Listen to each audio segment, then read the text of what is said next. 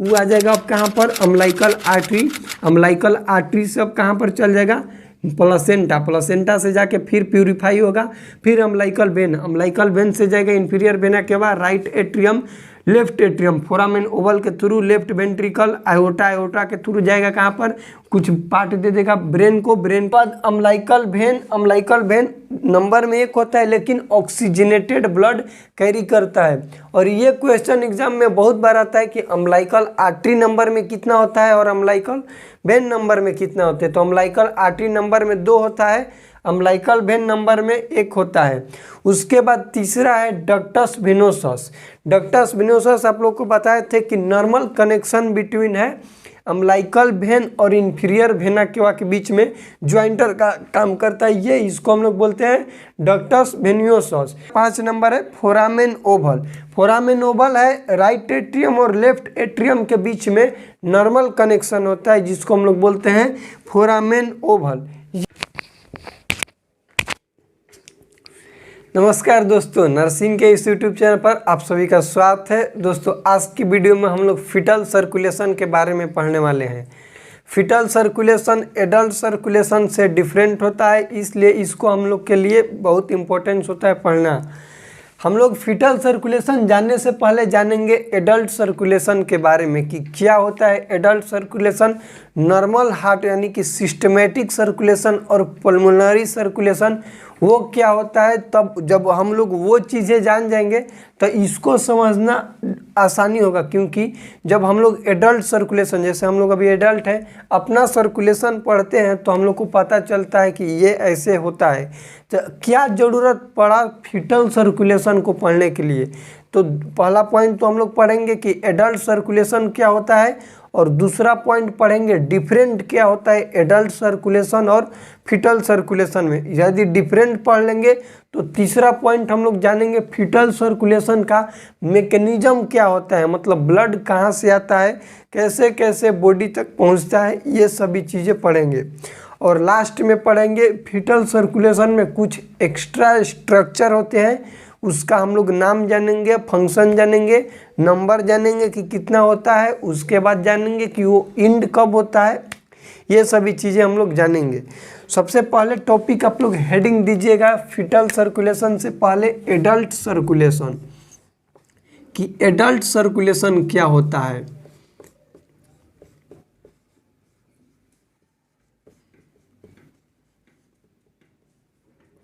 Adult circulation हम लोग के हार्ट का जो भी नॉर्मल मैकेनिज्म है उसको हम लोग कहते हैं एडल्ट सर्कुलेशन। मान लो कि ये हम लोग का हो जाएगा हार्ट,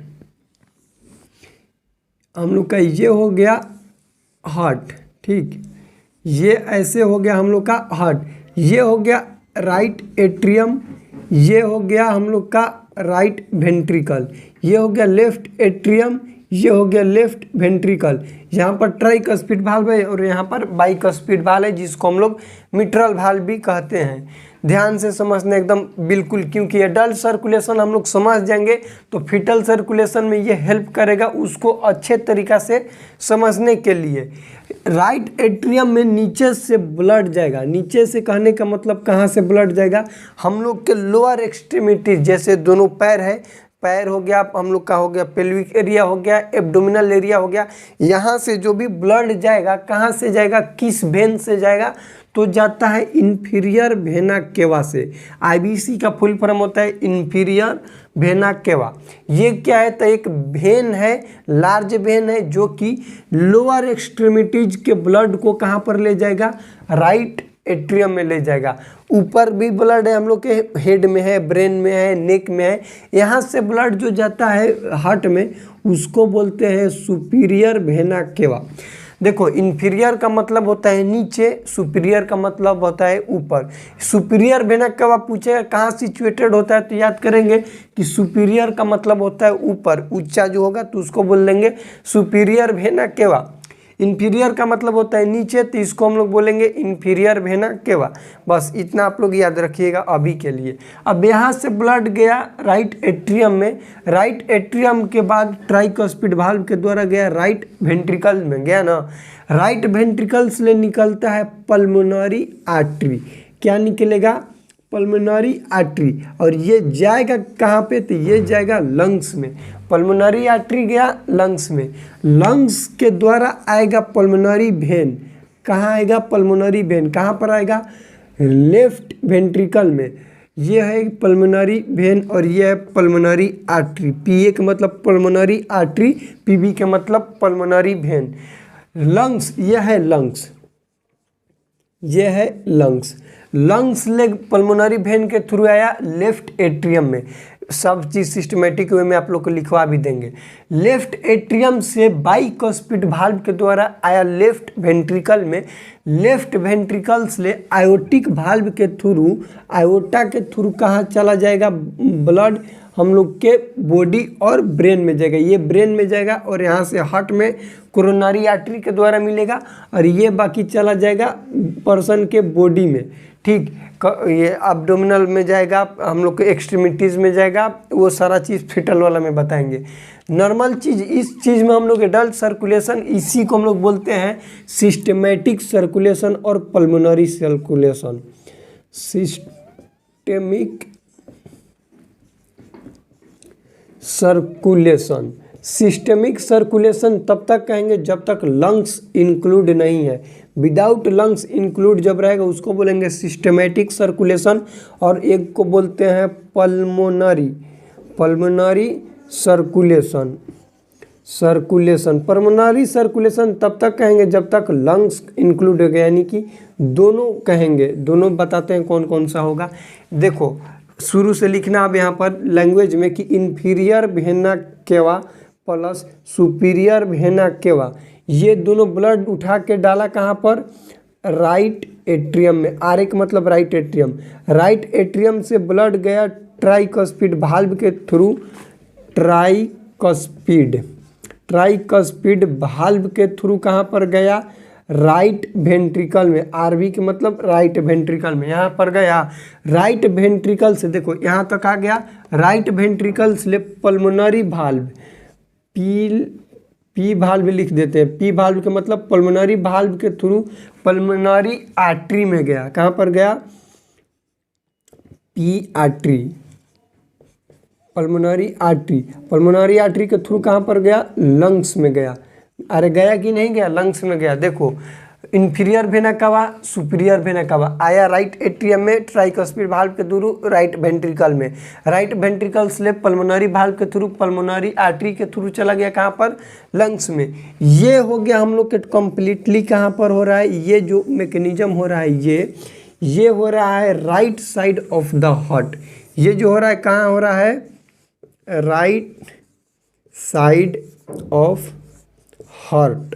हार्ट के का किस साइड हो रहा है, राइट साइड में हो रहा है ना।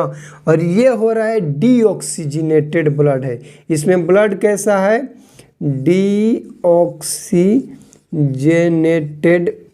ब्लड है, डीऑक्सीजनेटेड ब्लड है। देखो हम लोग पढ़ रहे हैं अभी फिटल सर्कुलेशन टॉपिक है, लेकिन उससे पहले एडल्ट सर्कुलेशन को पूरा अच्छा तरीका से जानना जरूरी है, क्योंकि जब तक एडल्ट सर्कुलेशन अच्छा से नहीं जान पाएंगे फिटल सर्कुलेशन समझे में नहीं आएगा। तो एडल्ट सर्कुलेशन इसीलिए आप लोग को थोड़ा सा अच्छा तरीका से इसमें कंप्लीट करवा दे रहे हैं।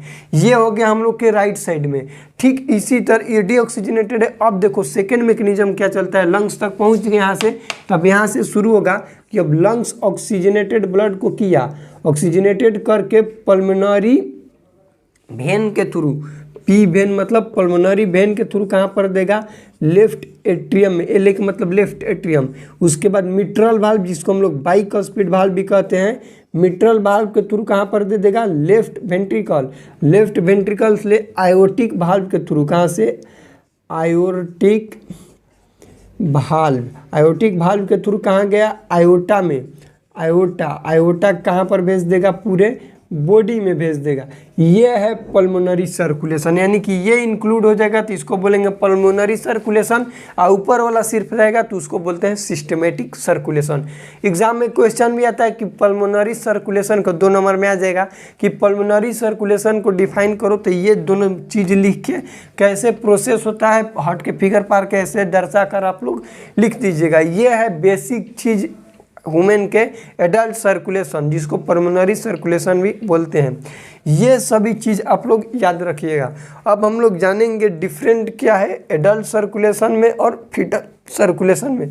फीटल सर्कुलेशन पढ़ने की आवश्यकता क्यों पड़ती है, तो दूसरा टॉपिक हेडिंग लगेगा, इसका स्क्रीनशॉट इस चीज़ को लिख लीजिएगा क्योंकि ये इंपॉर्टेंस है, इसका पाथवे ब्लड का कैसे कैसे सर्कुलेट होता है बॉडी में। अब हम लोग जानेंगे फीटल सर्कुलेशन और एडल्ट सर्कुलेशन में डिफरेंट क्या है, क्यों आवश्यकता पड़ा फीटल सर्कुलेशन को पढ़ने के। एडल्ट सर्कुलेशन तो हम लोग पढ़ते हैं, फीटल सर्कुलेशन कैसे डिफरेंट है एडल्ट वाले से, ये सभी चीज़ हम लोग जानेंगे।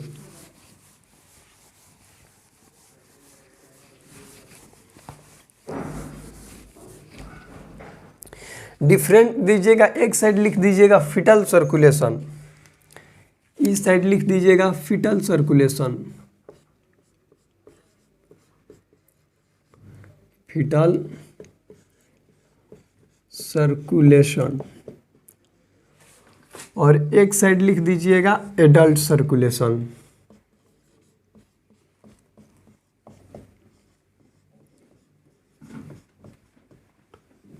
देखो फीटल सर्कुलेशन जो है ना, फीटल का मतलब होता है 8 वीक से लेकर जब तक चिल्ड्रेन का बर्थ नहीं हो जाता है उस टाइम पीरियड को हम लोग बोलते हैं फीटस। 8 वीक से लेकर के कब तक, 8 वीक से लेकर के टिल बर्थ तक, जब तक बर्थ ना हो जाए उस टाइम पीरियड को हम लोग बोलते हैं फीटल। अब देखो बर्थ हुआ नहीं है, यानी कि बर्थ से पहले, बर्थ होगा तो उसको न्यू बॉर्न कहते हैं, तो बर्थ ले पहले वाले को हम लोग बोलते हैं प्री नेटल, तो इसको बोलेंगे prenatal circulation, prenatal circulation, इसको बोल देंगे प्री नेटल। और एडल्ट तो बर्थ के बाद ही आदमी ना एडल्ट होगा, तो इसको बोलेंगे postnatal circulation, postnatal circulation. दो डिफरेंट हो, पहला डिफरेंट हो गया। सेकंड डिफरेंट कि ये जो फीटल सर्कुलेशन है इसको रेगुलेट करता है प्लेसेंटा, कौन रेगुलेट करता है, प्लेसेंटा करता है। और एडल्ट सर्कुलेशन को लंग्स से रेगुलेट करता है। फीटस में लंग्स इमेच्योर रहता है क्योंकि उसमें सर्फेक्टेंट का डेवलपमेंट बढ़िया तरीका से नहीं रहता है, इसके वजह से, तो उसमें रेगुलेट कौन करेगा, प्लेसेंटा। दूसरा हो गया डिफरेंट। तीसरा क्या होता है कि इसमें पल्मोनरी रेजिस्टेंस देखने के लिए मिलता है, इसको याद रखिएगा क्योंकि आगे जो बताएंगे ना फीटल सर्कुलेशन का मैकेनिज्म, तो उसमें ये चीज़, ये पॉइंट आएगा पढ़ने के लिए, पल्मोनरी रेजिस्टेंस, तो इसको याद रखिएगा। पल्मोनरी रेजिस्टेंस, पल्मोनरी रेजिस्टेंस इसमें क्या होगा, इंक्रीज होगा यानी कि हाई होगा, और इसमें डिक्रीज होता है। देखो पल्मोनरी मतलब लंग्स हो गया, रेजिस्टेंस का मतलब होता है रुकावट, कोई भी चीज़ में बाधा बनना, उसको हम लोग बोलते हैं रेजिस्टेंस। पल्मोनरी रेजिस्टेंस आगे चल के जब बताएंगे तो वहाँ पर बताएंगे कि पल्मोनरी जो लंग्स, पल्मोनरी मतलब रिलेटेड लंग्स ले होगा, लंग्स काम नहीं करेगा तो साफा कहेगा कि तुम ब्लड हमको ज़्यादा मत दो, हमारे काम भर ही दो, क्योंकि हम अभी तुम्हारे ब्लड को प्यूरिफाई नहीं कर पाएंगे। लंग्स काम होता है गैस का एक्सचेंज करना, ब्लड को प्यूरिफाई करना, तो लंग्स नहीं कर पाएगा, इसलिए इसमें शो होगा पल्मोनरी रेजिस्टेंस। ये हो गया हम लोग का तीसरा पॉइंट, ठीक। उसके बाद होता है कि इसमें लंग्स इमेच्योर रहता है, नॉन फंक्शनिंग होता है lungs, non functioning of lungs इसमें क्या होता है, नॉन फंक्शनिंग होता है, जबकि इसमें फंक्शन लंग्स प्रॉपर मात्रा में करता है। ये डिफरेंट हो गया फीटल सर्कुलेशन और एडल्ट सर्कुलेशन में। इस डिफरेंट को आप लोग याद रखिएगा क्योंकि ये इंपॉर्टेंट है। यदि ये याद है, इस पॉइंट को हमेशा याद रखिएगा क्योंकि आप लोग को अब जब मैकेनिज्म बताएंगे पल्मोनरी फीटल सर्कुलेशन का, इसमें ये चीज़ आएगा। तो डिफरेंट आप लोग एक स्क्रीनशॉट लीजिएगा। अब हम लोग जानेंगे normal mechanism of foetal circulation, उसका क्या मैकेनिज्म है, कैसे होता है, वो चीज़ हम लोग जानेंगे।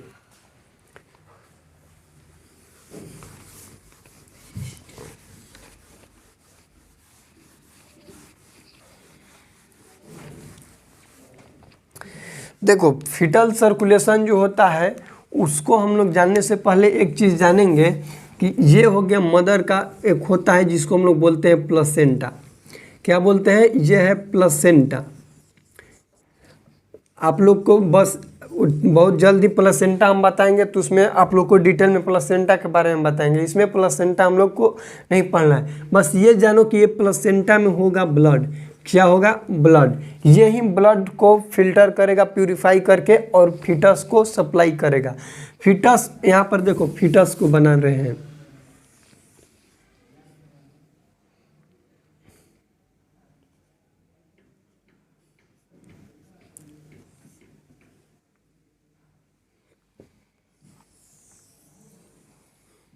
मान लो कि ये हो गया हम लोग का फीटस, ठीक। अब यहाँ पर उसका होगा, यहाँ पर अम्लाइकस, हम लोग का एब्डोमिनल एरिया में अम्लाइकस होता है, फीटस का भी ये हो गया अम्लाइकस।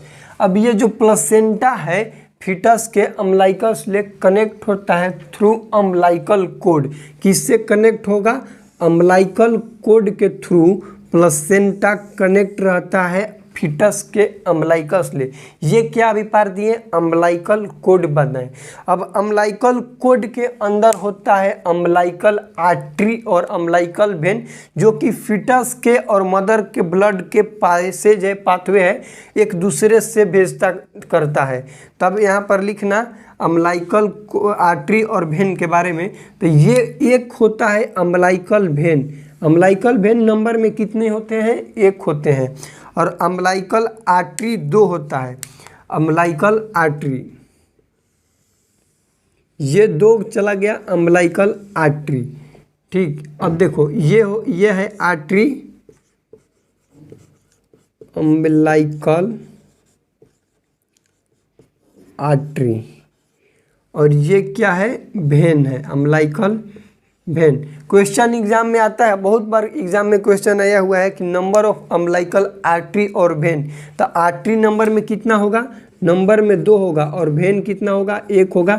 इसको याद रखिएगा, बहुत इंपॉर्टेंट से, आगे यही काम करेगा। यहाँ तक आप लोग समझ गए। ये है मदर का प्लेसेंटा, जो कि ब्लड को फीटस को सप्लाई करेगा, और फीटस ले उसका वेस्ट मटेरियल ब्लड का भी लेगा, यानी कि ऑक्सीजनेटेड ब्लड फीटस को देगा, और फीटस ले डीऑक्सीजनेटेड ब्लड रिसीव भी करेगा थ्रू अम्लाइकल वेन और अम्लाइकल आर्टरी। इसको याद रखना, कनेक्ट होता है कहाँ से? अम्लाइकस एरिया जो है, रीजन है, वहाँ से कनेक्ट रहेगा। अम्लाइकल कोड के अंदर ये सभी चीज़ होते हैं। ये हो गया। अब देखो होता क्या है कि यहाँ पर हो गया फीटस का हार्ट। फीटल का क्या है? ये है फीटल का हार्ट। हार्ट हो गया फीटल का। अब हार्ट में क्या होगा कि नीचे से जाएगा इंफीरियर वेना केवा, और ऊपर से आएगा superior vena cava. Right atrium, right ventricle, left atrium, left ventricle. ये है। अब देखो होता क्या है, यहाँ पर थोड़ा समझना। ये इंफीरियर वेना केवा गया, और यहाँ पर फीटस का होगा राइट साइड में लंग्स। ये हो, सॉरी, राइट साइड में लीवर, लंग्स नहीं, लीवर। यहाँ पर हो गया लीवर। ये हो गया राइट साइड में उसका लीवर। अब इंफीरियर वेना केवा देखो होगा क्या कि यहाँ से जो अम्लाइकल वेन है वो ब्लड लाएगा कैसा? Oxygenated blood. यहाँ पर लिख लेना, अम्लाइकल वेन कैरी करेगा, स्टार पॉइंट में लिख लेना, अम्लाइकल वेन। अम्लाइकल वेन कैसा कैरी करेगा? Blood oxygenated. और अम्लाइकल आर्टरी वो करेगा डीऑक्सीजनेटेड। इसको हमेशा याद रखना, अम्लाइकल आर्टरी कैसा करेगा? डीऑक्सीजनेटेड। डीऑक्सीजनेटेड के तुम CO2 वाला भी बोल सकते हो, बस इतना याद रखना। अब देखो हम लोग पढ़ते हैं कि जो आर्टरी होता है, नॉर्मल जो आर्टरी होता है वो तो ऑक्सीजनेटेड ब्लड कैरी करता है, लेकिन इसमें उल्टा क्यों है? तो इसमें कैरी के अनुसार नहीं है कि कौन कैरी करेगा, ऑक्सीजनेटेड करेगा फिर नहीं करेगा, ऐसे हम लोग बुला देंगे। बस इतना तुम लोग याद रखना कि हार्ट की ओर जो भी चीज़ जाएगा वो होता है वेन। हार्ट की ओर जो जाएगा वो होगा वेन, और हार्ट से जो बाहर निकलेगा उसको हम लोग बोलते हैं आर्टरी। अब वो ऑक्सीजनेटेड करो चाहे डीऑक्सीजनेटेड, मतलब उससे नहीं है, हार्ट की ओर जो भी जाएगा उसको हम लोग बोलते हैं वेन, चाहे इन्फीरियर वेना केवा वेन हो गया, चाहे यहाँ पर आता है लंग्स ले पल्मोनरी वेन ही हो गया, वो हो गया। हार्ट से जो निकलेगा यहाँ से निकलता है पल्मोनरी आर्टरी बोल देंगे, आयोटा निकलेगा उसको बोल देंगे। ये कहने का मतलब ये है कि हार्ट की ओर जो जाएगा उसको बोलते हैं वेन, हार्ट से जो बाहर निकलेगा उसको क्या बोलेंगे, आर्टरी बोलते हैं। इस चीज़ को याद रखना। सेकेंड चीज़ याद रखना है कि अम्लाइकल वेन जो है वो ऑक्सीजनेटेड ब्लड को कैरी करता है, जबकि अम्लाइकल आर्टरी जो है वो डीऑक्सीजनेटेड ब्लड को कैरी करता है। इसको बारीकी से समझना है यहाँ पर। अब होता क्या है, यहाँ पर अम्लाइकल ये वेन है, ये स्टार्ट हो गया अपना, यहाँ तक आ गया अम्लाइकस रीजन में। अब ये क्या करेगा कि यहाँ से ब्लड ले जाएगा, सबसे पहले ले जाएगा लीवर को देगा, लीवर को देगा। लीवर भी इमेच्योर है, नॉन फंक्शनिंग है, लीवर यहाँ पर फंक्शन नहीं करता है। तो लीवर थोड़ा सा अपने जीवित रहने के लिए, लिविंग प्रोसेस को, डेली लिविंग को चलाने के लिए कुछ अमाउंट में ब्लड ले लिया, बहुत ज़्यादा ब्लड नहीं लिया। क्यों नहीं लिया? क्योंकि यहाँ पर 80% यहाँ पर ब्लड का सैचुरेशन रहता है, SpO2। SpO2 कितना होता है? 80% होता है। फीटल लाइफ में 80% ही सैचुरेशन मोर देन सफिशियंट है, मतलब 60-70 भी रहता है ना तो उसको नॉर्मल कहते हैं। जबकि हम लोग के एडल्ट सर्कुलेशन में नॉर्मल 95% से ज़्यादा होना चाहिए SpO2, इसको याद रखना। यहाँ पर लीवर में गया, लीवर नहीं लिया, थोड़ा बहुत लिया, तो अब ये ब्लड होगा क्या?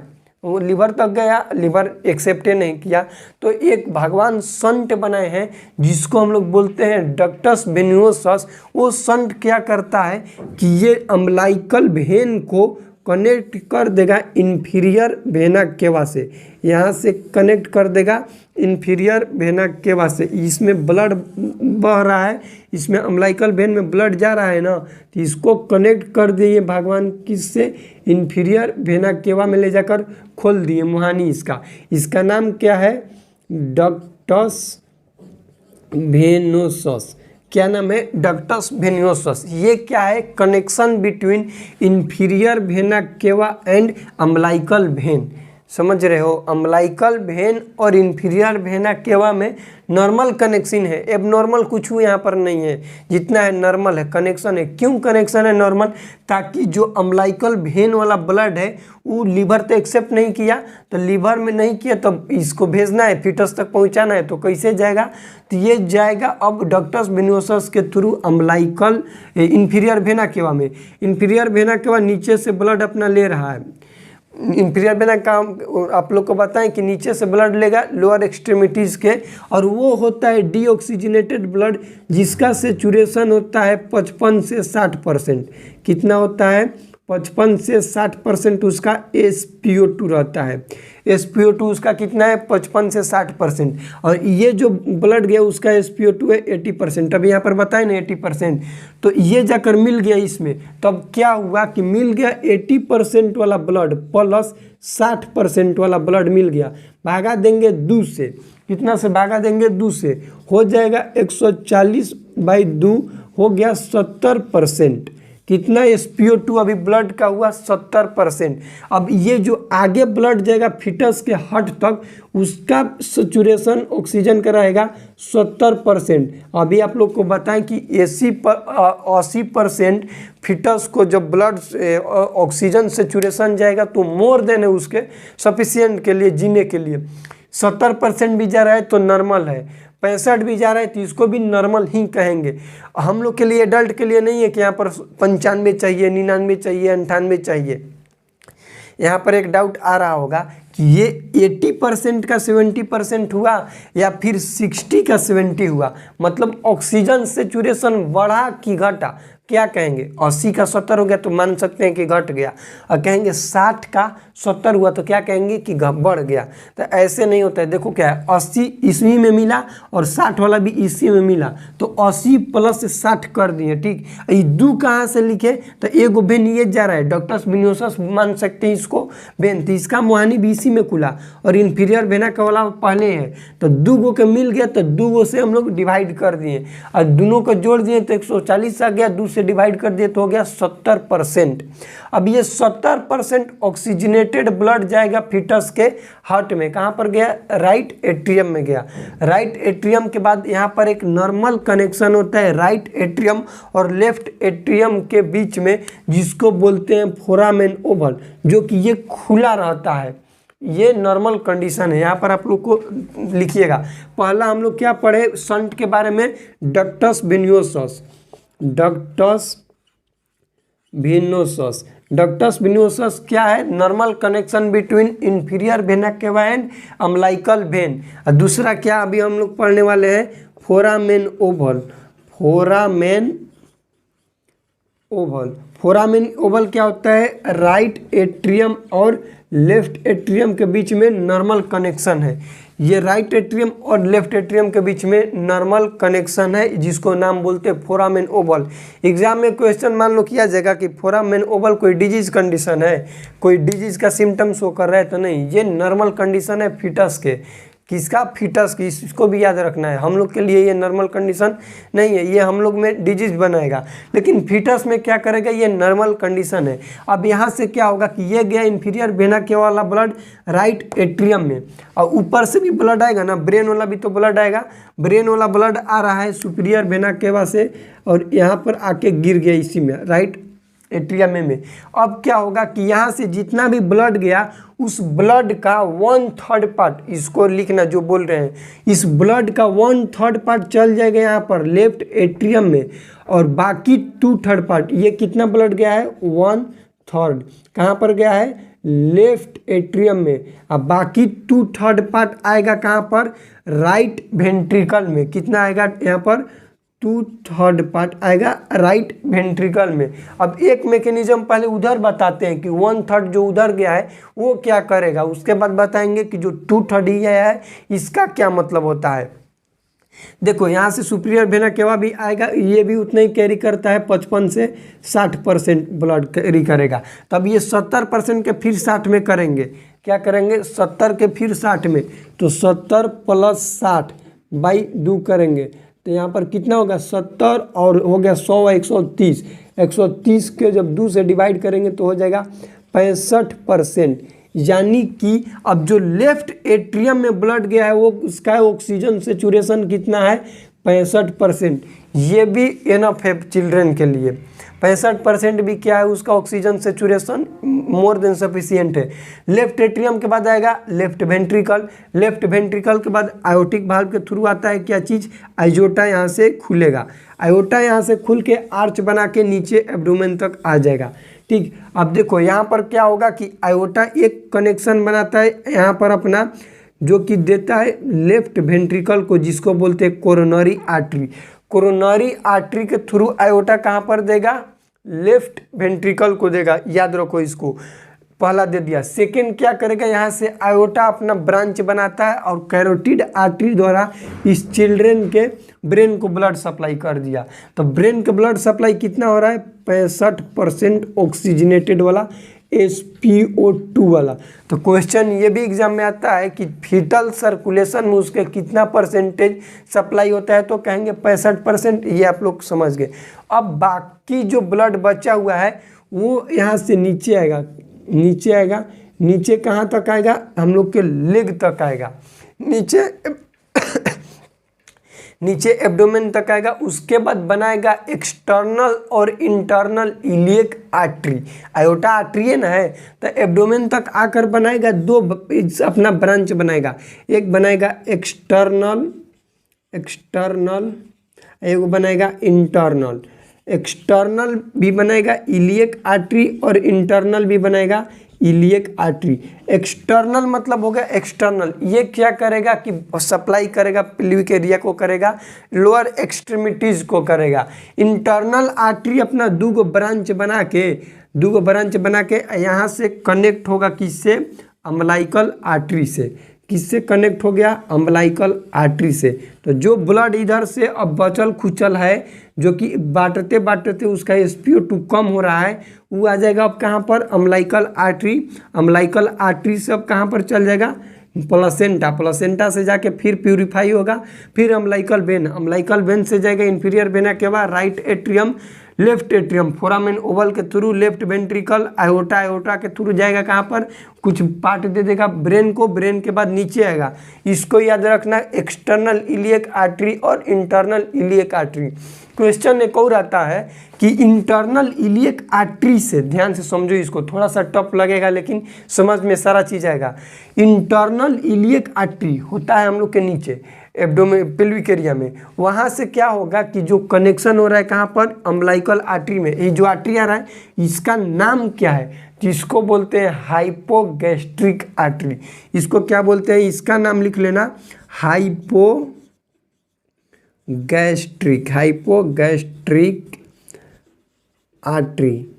हाइपोगैस्ट्रिक आर्टरी के थ्रू क्या होता है, यहाँ पर आ गया अम्बलाइकल आर्टरी में। ये पहला चीज़ बता दिए, पहला इसका मैकेनिज्म, जो कि 1/3 इंच जा रहा था, अब 2/3 आएगा नीचे। नीचे कहाँ पर आएगा, राइट वेंट्रिकल में, राइट वेंट्रिकल में आएगा ना। अब राइट वेंट्रिकल से निकलेगा पल्मोनरी वाल्व के थ्रू पल्मोनरी आर्टरी, क्या निकलेगा, पल्मोनरी आर्टरी। यहाँ पर इस चीज़ को हम मिटाएंगे ताकि आप लोग को आगे बताएं, यहाँ पर बनाएंगे तो आप लोग के लिए दिक्कत होगा। इतना समझ गए तो इसका एक स्क्रीनशॉट लीजिए, इसको समझा के अब आप लोग को हम आगे ये 2/3 वाला मैकेनिज्म समझाएंगे। इस 1/3 को एक बार और आप लोग समझ लीजिए शुरू से। देखिए होता क्या है, प्लेसेंटा हो गया, प्लेसेंटा फीटस के अम्बलाइकस से कनेक्ट होगा, किसके थ्रू, अम्बलाइकल कोड के थ्रू। अम्बलाइकल कोड कंटेंट करते हो अपने अंदर रखता है, एगो रहेगा उसके अंदर अम्बलाइकल वेन, दूगो रहता है अम्बलाइकल आर्टरी। अम्बलाइकल वेन जो है वो ऑक्सीजनेटेड ब्लड कैरी करता है, अम्बलाइकस रीजन तक ले गया, उसके बाद देगा लीवर को, लीवर एक्सेप्ट नहीं करेगा तो क्या होगा कि अम्बलाइकल वेन और इंफीरियर वेना कावा के बीच में, बीच में हम लोग कह सकते हैं कि ज्वाइंटर डाल दिए, ज्वाइंटर जिसका नाम होता है डक्टस वेनियोसस। क्या नाम है, डक्टस वेनियोसस। अब इंफीरियर वेना के हुआ और ये डक्टस वेनियोसस का ब्लड एक में मिल गया, जिसका ऑक्सीजन सेचुरेशन 70% हो गया। ये जाएगा राइट एट्रियम में, राइट एट्रियम में गया इंफीरियर वेना कावा के थ्रू, और ऊपर से आया superior vena cava, superior vena cava, और इसका जो मिल गया तो इसका ऑक्सीडेशन सेचुरेशन थोड़ा सा घट के हो गया 65%, फोरामेन ओवल के थ्रू लेफ्ट एट्रियम में चला गया। लेफ्ट एट्रियम के बाद बाइकस्पिड वाल्व के द्वारा आ गया हम लोग के लेफ्ट वेंट्रिकल में, आयोटिक वाल्व के थ्रू आयोटा में गया, आयोटा से यहाँ पर कोरोनरी आर्टरी निकल गया, जो कि हार्ट के लेफ्ट वेंट्रिकल को ही सप्लाई करता है ब्लड, ताकि वेंट्रिकल को भी ऑक्सीजनेटेड ब्लड प्योर मिलता रहे, इसलिए कोरोनरी आर्टरी निकला। उसके बाद यहाँ पर जाते यहाँ से carotid artery, common carotid artery बना के लड़का के ब्रेन को ब्लड देने लगा, ब्रेन को ब्लड दिया। उसके बाद नीचे आया, नीचे आते आते आगे हम लोग के एब्डोमिनल एरिया में, यहाँ से बना दिया इंटरनल इलियक आर्टरी और एक्सटर्नल इलियक आर्टरी। एक्सटर्नल जो है हम लोग के एब्डोमेन के सप्लाई करेगा, लोअर एक्सट्रीमिटीज को सप्लाई करेगा। इंटरनल इलियक आर्टरी क्या किया कि कनेक्शन बना दिया इंटरनल इलियक आर्टरी और अम्बलाइकल आर्टरी के बीच में, जो ये दोनों के बीच में कनेक्शन बनाता है उस आर्टरी को बोलते हैं हाइपोगैस्ट्रिक आर्टरी। क्या बोलते हैं, हाइपोगैस्ट्रिक आर्टरी। ये हम लोग का एक साइड का हो गया, इसका आप लोग एक स्क्रीनशॉट लीजिए, तब आप लोग को हम ये चीज़ बता देते हैं 2/3 वाला। उसके बाद बाकी जो भी लिखवाना है वो 5 मिनट में लिखवा देंगे। देखिए हम लोग 1/3 जो उसका सर्कुलेशन था ब्लड का वो चीज़ जान गए थे, अब जानेंगे इसका 2/3 कैसे होता है। तो ब्लड यहाँ से देखो डक्टस वेनोसस के थ्रू गया इंफीरियर वेना केवा, और ऊपर से आया superior vena cava, superior vena cava से आया राइट एट्रियम। अब यहाँ से जो ब्लड है इसमें था, यहाँ से जो इसका इंफीरियर वेना केवा का वो था 60% ऑक्सीजनेटेड वाला, और ये था 80%, दोनों मिल के हुआ था 70%। वो ब्लड 70% आया राइट वेंट्रिकल में, राइट वेंट्रिकल के पल्मोनरी वाल्व के थ्रू पल्मोनरी आर्टरी में गया। ये क्या है, पल्मोनरी आर्टरी है, PA के मतलब समझ जाना, पल्मोनरी आर्टरी है। ये पल्मोनरी आर्टरी के थ्रू देखो चला गया लंग्स में, कहाँ पर गया, लंग्स में। और लंग्स पहले से ही हम लोग इसमें पढ़े हैं कि लंग्स नॉन फंक्शनिंग होता है, इमेच्योर होता है, तो लंग्स काम नहीं करेगा, पहला चीज़ बताए हैं। और दूसरा जब डिफरेंट बता रहे थे तो वहाँ पर बताए थे एक चीज़, पल्मोनरी रेजिस्टेंस। पल्मोनरी रेजिस्टेंस क्या होगा कि लंग्स लेगा नहीं, और जब लंग्स नहीं लेगा तो यहाँ से क्या होगा कि ब्लड यहाँ से तो राइट वेंट्रिकल से 2/3 पार्ट है। अब समझो कि यहाँ से मान लो कि 4 गो डिब्बा है, 4 गो डिब्बा है तो एगो डिब्बा सिर्फ जा रहा है लेफ्ट एट्रियम में। कहाँ पर जा रहा है? लेफ्ट एट्रियम में। अब बाकी 3 गो जो डिब्बा है वो कहाँ पर जा रहा है? राइट वेंट्रिकल में। तो ये ज़्यादा ना है, एगो से 3 गो ज़्यादा होता है, तो इतना ब्लड जा रहा है पल्मोनरी आर्टरी में। अब पल्मोनरी आर्टरी से जा रहा है लंग्स में, लंग्स एक्सेप्ट नहीं कर रहा है, तो यहाँ पर देखने के लिए मिलेगा पल्मोनरी रेजिस्टेंस। अब पल्मोनरी आर्टरी में देखने के लिए मिलेगा हमारा गदा गदा ब्लड, बहुत ज़्यादा जाम रहेगा, यहाँ पर ब्लड पूरा इकट्ठा रहेगा। तो अब इस कंडीशन से बचने के लिए भगवान ने एक और संट बनाए जिसको बोलते हैं डक्टस आर्टरियोसिस, जो कि पल्मोनरी आर्टरी और डिसेंडिंग आयोटा में कनेक्शन हो जाता है। ये कनेक्शन का नाम होता है डक्टस आर्टरियोसिस। वो जितना कनेक्शन आप लोग को बताएं उसको लिखवाएंगे भी, टेंशन नहीं लीजिए। इसको हम लोग बोलते हैं डक्टस आर्टेरियोसिस। डक्टस आर्टेरियोसिस क्या है? तो normal connection between pulmonary artery and aorta during foetal circulation, चाहे फीटल टाइम पर ही है। यदि यही आर्टरी हम लोग में एडल्ट में हो जाए तो इसको हम लोग कहते हैं डिजीज। ये कौन सा डिजीज होगा? तो इसको बोलते हैं पीडीए, यानी कि पेटेंट डक्टस आर्टरियोसिस। पेटेंट का मतलब होता है बरकरार रहना, जो कि नॉर्मल होगा कि इस चिल्ड्रेन का बर्थ हो जाएगा, ये जो बच्चा है, तो बर्थ के बाद ये अपने आप क्या हो जाएगा? क्लोज हो जाएगा, पाइप सिकुड़ जाएगा। यदि नहीं सिकुड़ा, ऐसे ही ओपने रह गया, तो इसका ब्लड अब इसमें आयोटा में जाने लगेगा, हमेशा लाइफ टाइम ऐसे ही जाएगा। आयोटा में जाएगा तो होगा गड़बड़, क्योंकि जाना चाहिए लंग्स में प्यूरिफाई होने के लिए बर्थ के बाद। तो ब्रीथ बच्चा लेगा तो उसका लंग्स मैच्योर हो जाएगा। लंग्स मैच्योर होने के लिए चाहिए उसको ब्रीथिंग। ब्रीथिंग वो मदर से सब लेता है, अपने से कुछ नहीं लेता है, उसलिए उसका लंग्स मैच्योर नहीं रहता है। तो यहाँ से ब्लड यहाँ पे नहीं जाके लंग्स वाला में जो पल्मोनरी रेजिस्टेंस हो रहा था, उसके वजह से पल्मोनरी आर्टरी के थ्रू ब्लड जाएगा अब डायरेक्ट आयोटा में। किसके थ्रू जाएगा? डक्टस आर्टरियोसिस के थ्रू जाएगा। ये आप लोग याद रखिएगा। अब बाकी सब चीज़ वैसे ही सेम रहेगा। ये चीज़ याद हो गया। हम लोग इसमें जो मेन चीज़ पढ़े हैं अब उसको लिखेंगे, उससे पहले इसका पथवे लिख लेते हैं कि कैसे कैसे ये जाता है। इसका पैसेज लिखने के लिए यहाँ से आप लोग शुरू कीजिएगा और लिखिएगा कि सबसे पहले ब्लड शुरू होगा, स्टार्ट होगा प्लेसेंटा से। ये प्लेसेंटा है ब्लड। यही क्वेश्चन एग्जाम में आता है कि पैसेज लिखना है, पाथवे लिखना है फीटल सर्कुलेशन का। तो देखो सबसे पहले स्टार्ट हुआ प्लेसेंटा। प्लेसेंटा से ब्लड क्या हुआ? मदर के प्लेसेंटा से निकलेगा किससे? जाएगा अम्बिलिकल वेन। यहाँ से कहाँ पर गया? Umbilical when. अम्बिलिकल वेन से अब कहाँ पर जाएगा? डक्टस वेनियोसस के थ्रू इंफीरियर वेना केवा। तो इसको दोनों लिखेंगे, डक्टस वेनियोसस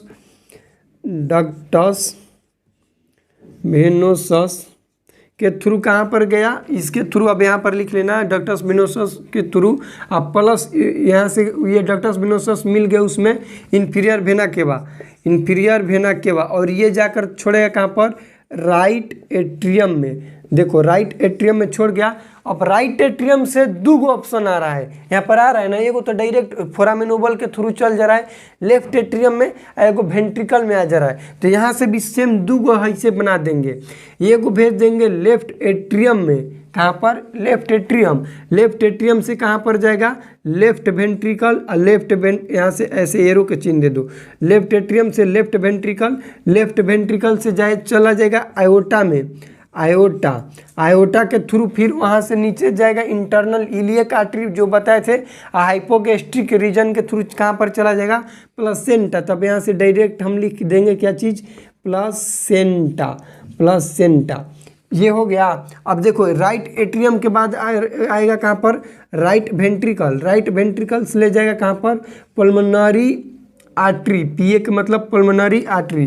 राइट वेंट्रिकल के थ्रू कहाँ जाएगा? Pulmonary artery. जाना चाहेगा लंग्स में, लेकिन लंग्स में तो जाएगा नहीं, तो अब यहाँ से डक्टस आर्टरियोसस के थ्रू कहाँ पर चला जाएगा? आयोटा में। तो लिख देना इसमें से कहाँ पर जाएगा? डक्टस आर्टेरियोसिस के थ्रू कहाँ पर चला जाएगा? आयोटा से फिर कहाँ पर चला जाएगा? प्लेसेंटा में। ये पैसेज है फीटल सर्कुलेशन का। बस अब यहाँ पर देखना कि राइट एट्रियम से लेफ्ट एट्रियम में जो जा रहा है यहाँ पर जाता है ओवल के थ्रू, जिसका नाम है फोरामेन ओवल, फोरामेन ओवेल, इसको भी लिख लेना। बस इतना आप लोग याद रखिए फीटल सर्कुलेशन का, इससे ज़्यादा हम लोग को पढ़ना नहीं है। अब हम लोग जानेंगे इसको सेंटेंस में चीज़ों को लिखना है, समझ गए फीटल सर्कुलेशन होता कैसे है। तो इसका आप लोग एक स्क्रीनशॉट लीजिएगा और इसको याद रखिएगा फीटल सर्कुलेशन के पैसेज को कि किस तरह से कैसे सीक्वेंस वाइज ये चलता है। अब हम लोग इसको डिटेल में लिखेंगे इसको सेंटेंस में। और एक और क्वेश्चन आता है कि ये चीज़ बर्थ के बाद जो हट जाता है, तो एक होता है एनाटॉमिकल क्लोजर और एक होता है फिजियोलॉजिकल क्लोजर। मतलब ये एनाटॉमी से कब हटेगा अपने से, और फिजियोलॉजी मतलब फंक्शन कब बनेगा। और सेकेंड चीज़ आता है कि उसको रेजिमेंटम बोलते हैं, मतलब ये पार्ट बच गया। जैसे हम लोग के होता है कोकिक्स, होता है ना कोकिक्स यहाँ पर, जिसको हम लोग बोलते हैं वेस्टिजियल टेल, मतलब वो बच गया, पूर्वज के ज़माना में वो पूंछ हुआ करता था।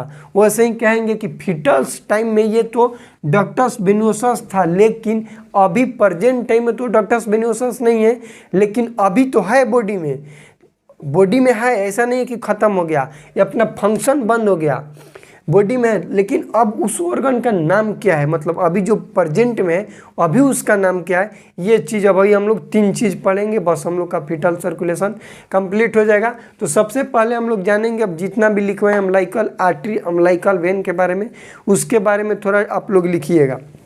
देखिए अब हम लोग जानेंगे जितना भी चीज़ पढ़े हैं उसके बारे में। सबसे पहले अम्लाइकल आर्टरी के बारे में। अम्लाइकल आर्टरी नंबर में 2 होता है, तो वहीं लिखे हैं कि अम्लाइकल आर्टरी 2 इन नंबर, 2 होता है नंबर में। उसके बाद डीऑक्सीजनेटेड ब्लड कैरी करता है, क्योंकि उधर से फिटस के तरह से आ रहा है, फिटस की ओर से आ रहा है, तो उसको हम लोग कहेंगे कि ये कर रहा है डीऑक्सीजनेटेड ब्लड कैरी। उसके बाद अम्लाइकल वेन नंबर में 1 होता है, लेकिन ऑक्सीजनेटेड ब्लड कैरी करता है। और ये क्वेश्चन एग्जाम में बहुत बार आता है कि अम्लाइकल आर्टरी नंबर में कितना होता है और अम्लाइकल वेन नंबर में कितना होता है। तो अम्लाइकल आर्टरी नंबर में 2 होता है, अम्लाइकल वेन नंबर में 1 होता है। उसके बाद तीसरा है डक्टस वेनोसस। डक्टस वेनोसस आप लोग को बताए थे कि नॉर्मल कनेक्शन बिटवीन है अम्लाइकल वेन और इन्फीरियर वेना के बीच में ज्वाइंटर का काम करता है, ये इसको हम लोग बोलते हैं डक्टस वेनियोसस। उसके बाद फोर्थ नंबर है डक्टस आर्टरियोसिस। ये भी नॉर्मल कनेक्शन है पल्मोनरी आर्टरी और आयोटा के बीच वाला में, उसको हम लोग बोलते हैं डक्टस आर्टरियोसिस। और 4 नंबर हो गया। 5 नंबर है फोरामेन ओवल। फोरामेन ओवल है राइट एट्रियम और लेफ्ट एट्रियम के बीच में नॉर्मल कनेक्शन होता है, जिसको हम लोग बोलते हैं फोरामेन ओवल। ये अब हो गया। अब हम लोग जानेंगे कि इसका जितना भी ये चीज़ है, इस सब का फिजियोलॉजिकल जो है, फिजियोलॉजिकल क्लोजर, वो विदिन 5 मिनट में फिजियोलॉजिकल क्लोजर हो जाता है। मतलब ये लंग्स जब तक इमेच्योर है, जैसे चाइल्ड बर्थ हुआ, ब्रीथिंग लिया, तो उसका लंग्स अब काम करने लगेगा। लंग्स काम करेगा तो सबका फिजियोलॉजिकल क्लोजर बंद हो जाएगा। अब अपनी इस प्लेसेंटा के थ्रू ब्लड पे चिल्ड्रेन को, न्यूबॉर्न को नहीं जाएगा, अब जाएगा उसको नॉर्मल, अब हो जाएगा फिजियोलॉजिकल क्लोजर में विदिन 5 मिनट आफ्टर बर्थ। और सबका एनाटॉमिकल क्लोजर अलग अलग मंथ होता है, टाइम और ड्यूरेशन होता है। अब हम लोग जानेंगे उसका कि क्लोजर जो होता है एनाटॉमिकल क्लोजर कौन कितने दिन पर होता है। उसके साथ लास्ट चीज़ हम लोग जानेंगे इस फीटल सर्कुलेशन का, ये भी जितना भी बच गया umbilical vein, umbilical artery, ductus venosus, ductus arteriosus और फोरामेन ओवल, ये हम लोग के लाइफ में आगे रह जाता है। तो इसका क्या नाम रहता है उसको हम लोग बस जानेंगे। देखिए अब हम लोग जानेंगे उसका एनाटॉमिकल क्लोजर कब होता है, फिजियोलॉजिकल तो विदिन 5 मिनट में हो जाता है।